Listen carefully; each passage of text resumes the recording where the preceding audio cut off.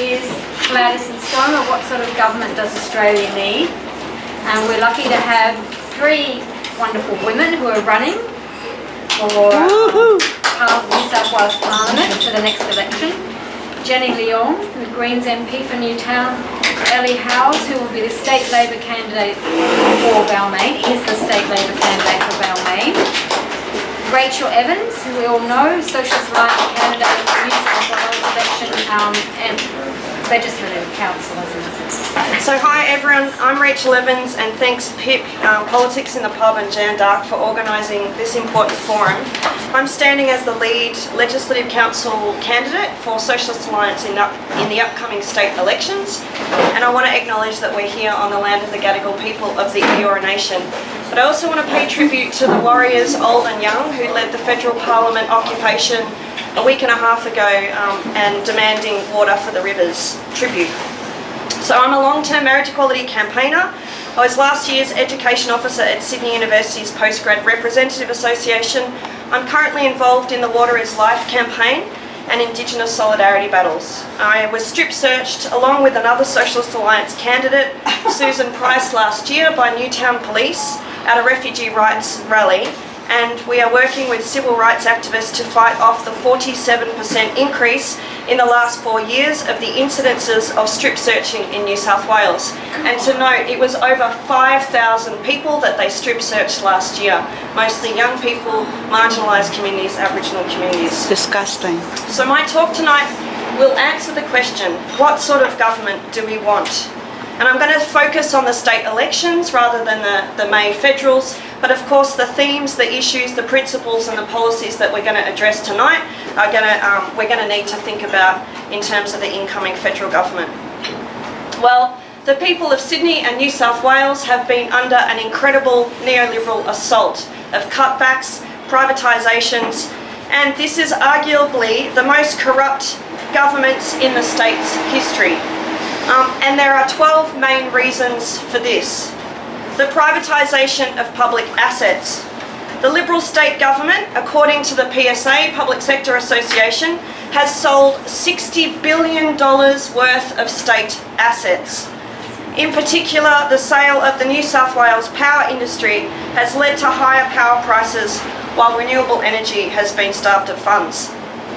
So, and Baird and the Berejiklian government are building tollways and not public transport. Exactly. The $17 billion West Connex project has now blown out to an estimated $45 billion worth of state taxpayers' money, and they want to privatise, after taking money to build this private tollway, they want to privatise the function of the private tollway and give it over to Transurban. They want to extend it to North Sydney and Wollongong. They want to privatise the North West Metro while heavy rail is being scrapped.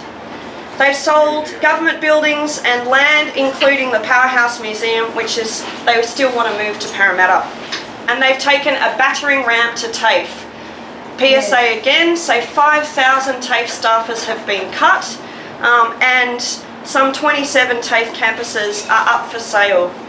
And they've presided over the commodification of the waterways, the river system of the Murray-Darling in New South Wales, in a way that is, as one environmentalist said, possibly the worst environmental destructive experience in Australia's history, through the Walgett having no water and being on bore water, but also the 3 mass fish deaths.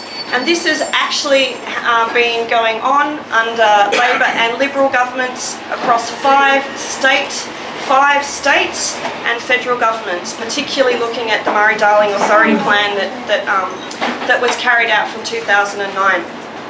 The Liberal governments have needlessly rebuilt football stadiums instead of expanding suburban parks and sports facilities, and they've presided over a 37% increase in homelessness from 2011 to 2016 in New South Wales. That's across the state. Wow. That's 37% of an increase, and in Sydney it's a 70% increase of homelessness over those 4 years.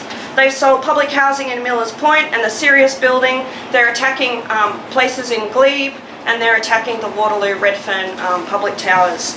They've tried to privatise public hospitals, but were met with very stiff opposition. Hurrah to all of those union organising nurses and doctors and community members across the state that saved those hospitals. They cut funding to public schools, they forced council amalgamations, and they have increased police powers and strip searches. So the Socialist Alliance is running in these state elections under the slogan, "Community need, not corporate greed." And we also are pushing this slogan that New South Wales is not for sale. We need to stand up against this incredible, corrupt, nepotistic governments and their corporate mates and say enough is enough. The Labor Party, at the moment, politically, the polls aren't looking particularly fantastic. It's 50-50, or there was another poll just a few days ago, 51 to 49% in the Labor Party's favour. Labor currently holds 34 seats in the lower house and would need to win another 13 to form government in its own right in the March elections. So everyone's predicting a very close result,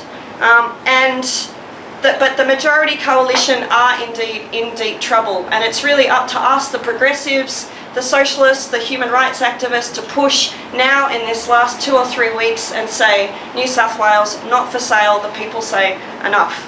And there's a rally on Sunday, Fix New South Wales, of which now 70 organisations have signed on, anti-community need, not corporate development groups, the anti-West Connex crew, from all over New South Wales are signing on to this rally to say, people's power, we say to the governments, stop this. So come along if you can make it to that.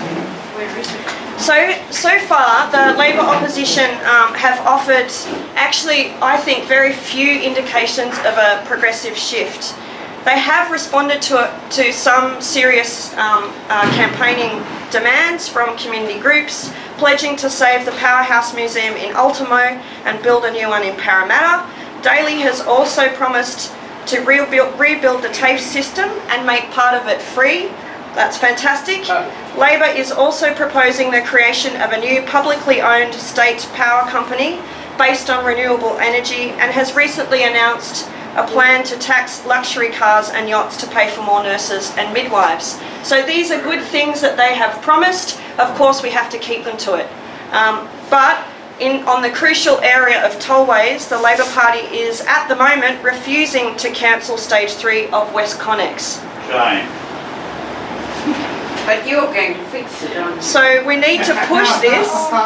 The movement does need to rise. We need to push the Labor Party to reverse the coalition's sell-off of Sydney's buses and trains, as well as asking them to rip up the West Connex contract. We really do need to put this pressure on the Labor Party to say enough, we will rip up this contract, but also build a very fast train network which would provide a genuine public transport alternative to more polluting roads, trucks and cars.